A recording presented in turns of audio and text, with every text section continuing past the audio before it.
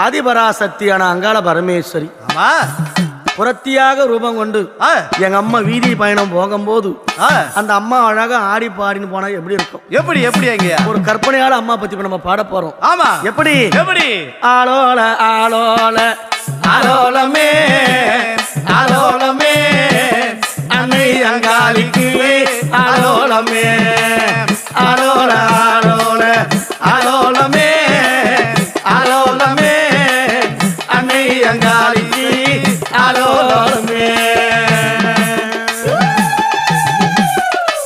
மா பச்சை குத்தம் குரத்தி போல வந்தாளம்மா வந்தாளம்மா வீதியெல்லாம் நடந்து குறி சொன்னாலம்மா.